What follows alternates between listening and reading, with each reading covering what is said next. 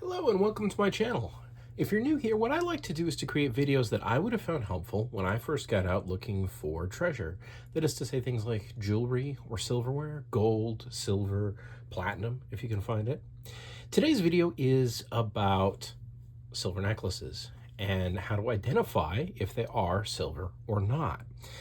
We'll go through a number of different types of necklaces, talk about the variety, talk about the different things to keep an eye out for when you're out and about, because there are certain visual cues for things being silver beyond just the tarnish, which we will actually talk about. The first thing that I always keep an eye out for when I'm looking at silver necklaces, or gold for that matter, but we're talking about silver specifically, is actually to do with the hardware. If it is a silver necklace, you're pretty much always going to end up with better hardware. For example, if we take this top necklace here, we have these balls. You've probably seen quite a few chains like this, and they are, generally speaking, just steel.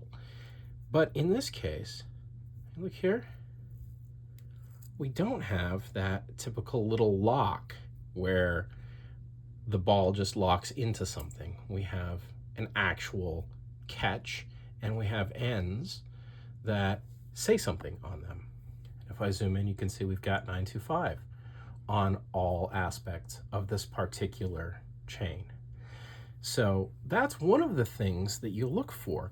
Even with something you think, hey, this chain is probably nothing, if you see that, it'll give you a chance to take a second look. That's number one for me when I'm looking at these visually. Number two has to do with silver itself and the tarnish involved in silver. So for example, all of these different things before you, for the most part, are silver. I've got a few fakes in here and we'll talk about that. But, we look at something like this, that's very silvery. But to me, this actually doesn't attract me quite as much as this, because when I'm at a garage sale or a thrift shop, what I'm actually looking for is old, forgotten jewelry, typically.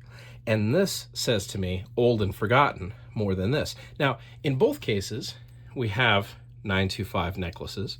And again, if we go back, you can see we've got that kind of catch and hardware that gives us a clue that this is something worth looking at.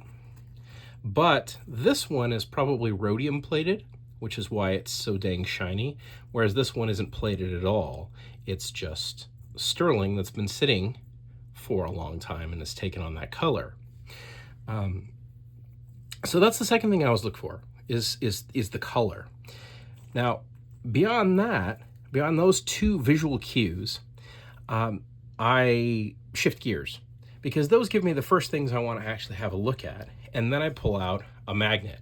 Now, I'll link in the description magnets. They're real cheap, and this is just like a stack of these guys, and they're little neodymium magnets, and they're very, very strong, which is great because they can tell us a lot about what we're looking at in terms of jewelry. So if I see something like this, well, or more likely like this, first thing I want to do is I want to hit it with a magnet. You can see here, and I'm gonna go ahead and put it up in my hand. You can see that it doesn't react at all to the magnet.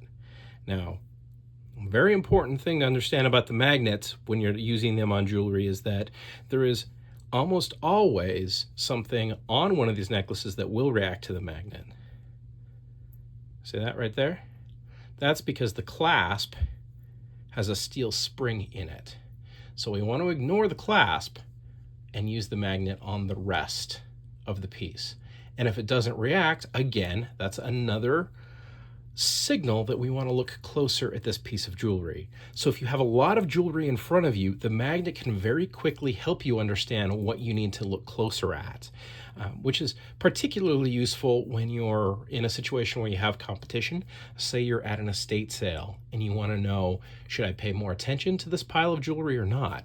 Your magnet, which you can really just be holding like this, you don't even have to be overt or obvious about it because these magnets are so small, can tell you real quick, okay, obviously this is reacting, but this isn't reacting. So this is something I'm going to want to take a closer look at.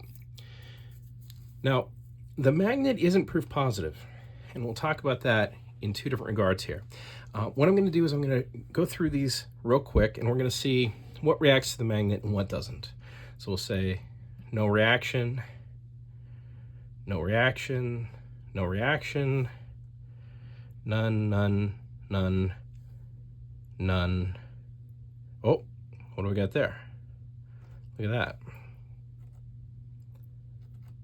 Interesting. So this is something that we want to take a closer look at because the clasp is a nice clasp, but is probably not going to be silver. Here we have one. It's the same thing. It's reacting. And it's reacting pretty strongly. Now we're going to keep going down. There's another one that reacts. And another one that reacts. And I'm going to pull this one up, and I'm going to show you something special that's important to understand about the magnet trick. So this particular one is actually sterling, but you see how it weakly reacts to the magnet as opposed to, let's grab one here that is not so weak. This one, for example, that jumps. Right? See how it really jumps, whereas this one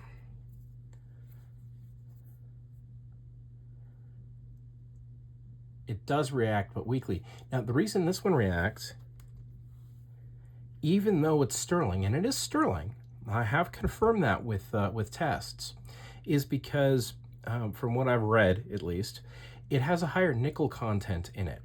So we want to keep in mind that sterling is 92.5% silver.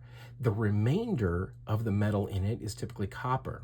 But if the remainder of the metal is nickel, then it will react to these strong magnets in that regard. But it won't react as strongly as this does. So what we can do here is we could say this one is a maybe. Say we're out and about. I would consider this one a maybe because it reacts so weakly. I would suspect that it's real. But this, despite having a clasp that says 925, see, you got it right there. Despite having a clasp that says 925, this one is actually a fake. And we'll run through here. We'll say this one reacts very strongly. This one is, well, you know what? This one might be real. Look at how this one can actually be picked up. Can actually pick that up, but this is a lighter chain and it doesn't pick up. So I would consider this one to be a maybe also. I would put that on my maybe pile, and in particular because it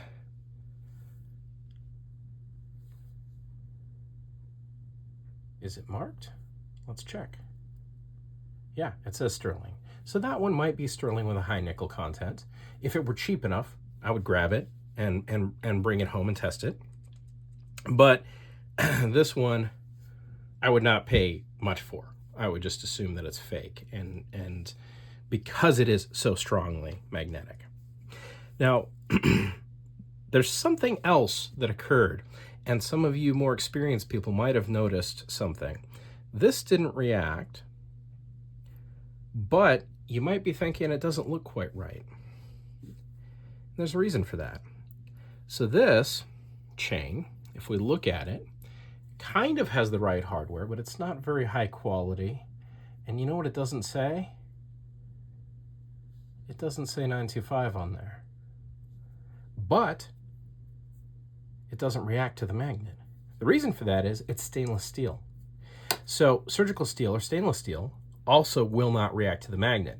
So in this case, we have a pendant on here that is a sterling pendant, but the chain is not sterling.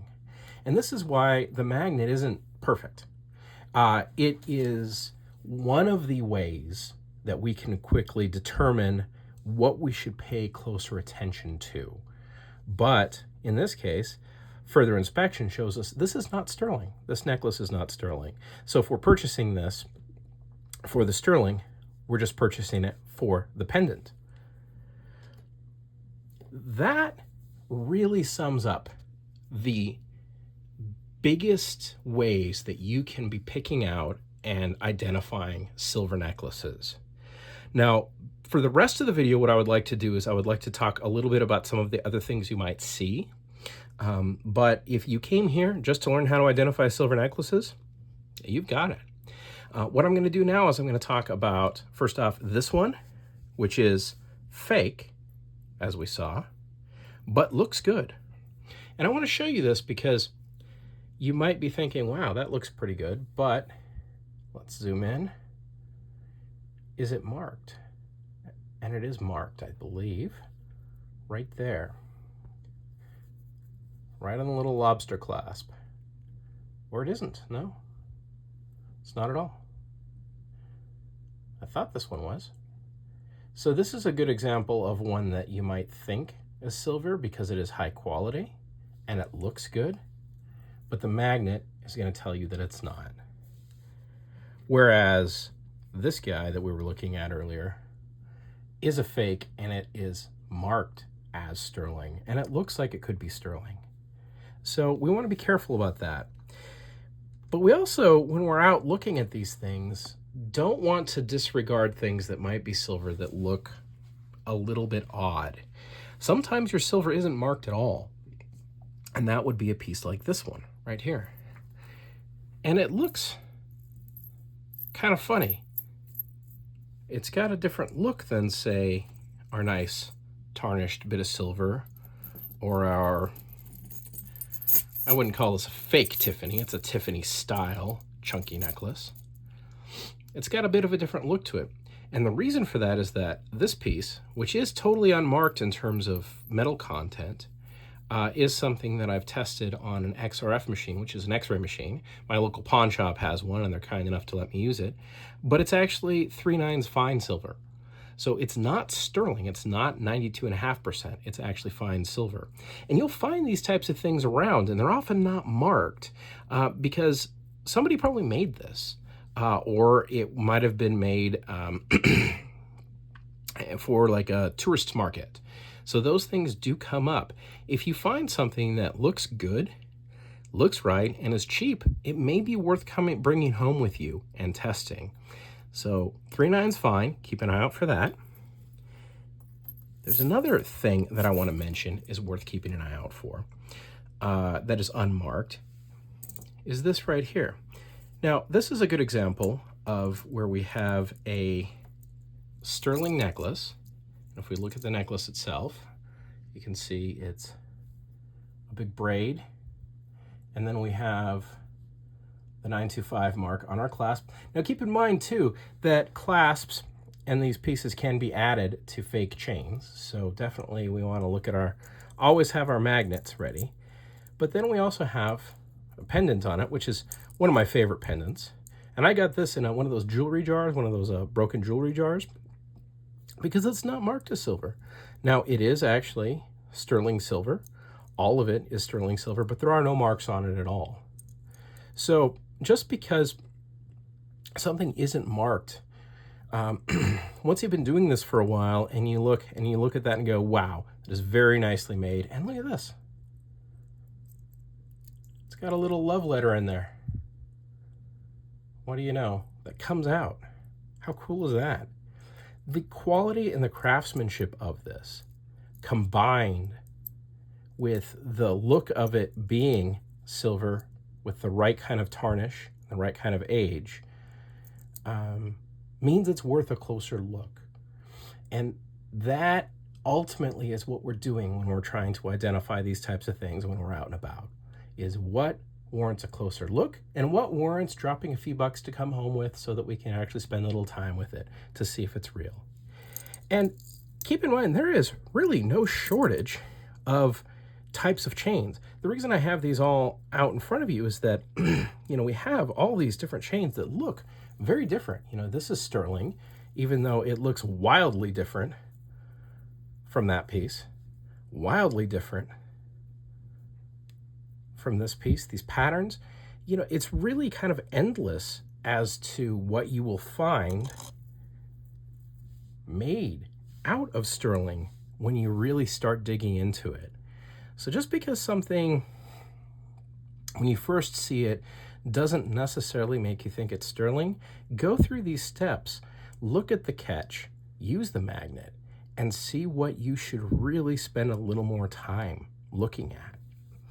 Now, I will finish out this video with one other piece of sterling that is sterling, but it doesn't really look like it on a surface. And you've probably noticed this and this, and you're thinking, hey, that looks like gold.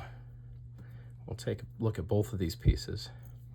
Why are they so gold colored? And the reason for that is that, in a way, they are gold. Now we're going to look at the catch on this. I'll show you that it's marked as 925, Italy. Got 925 there, but it's very gold colored. And then the same thing going on here. Right there in a little lobster claw, we've got the 925. And in both cases, what we're looking at is 925 sterling silver with gold plating on top. This will be called, I think the French word for it is vermeil, and you'll see it as gold over silver or gold over sterling. But just because something looks like it's gold, if it, where did my magnet go? If it doesn't react to the magnet and it's got a nice, nice hardware, nice clasp on it, even if it looks like gold, if it says 925, it still is silver. It's pretty much all silver, just with electroplated gold over the top of it. And they could be very, very pretty pieces. And in fact, some of the nicest sterling pieces can actually be vermeil. All right, so that finishes off this video. I hope you enjoyed this content, and most importantly, I hope that you can use this information to go out and find some silver necklaces for yourself. Like this, I've been Thomas.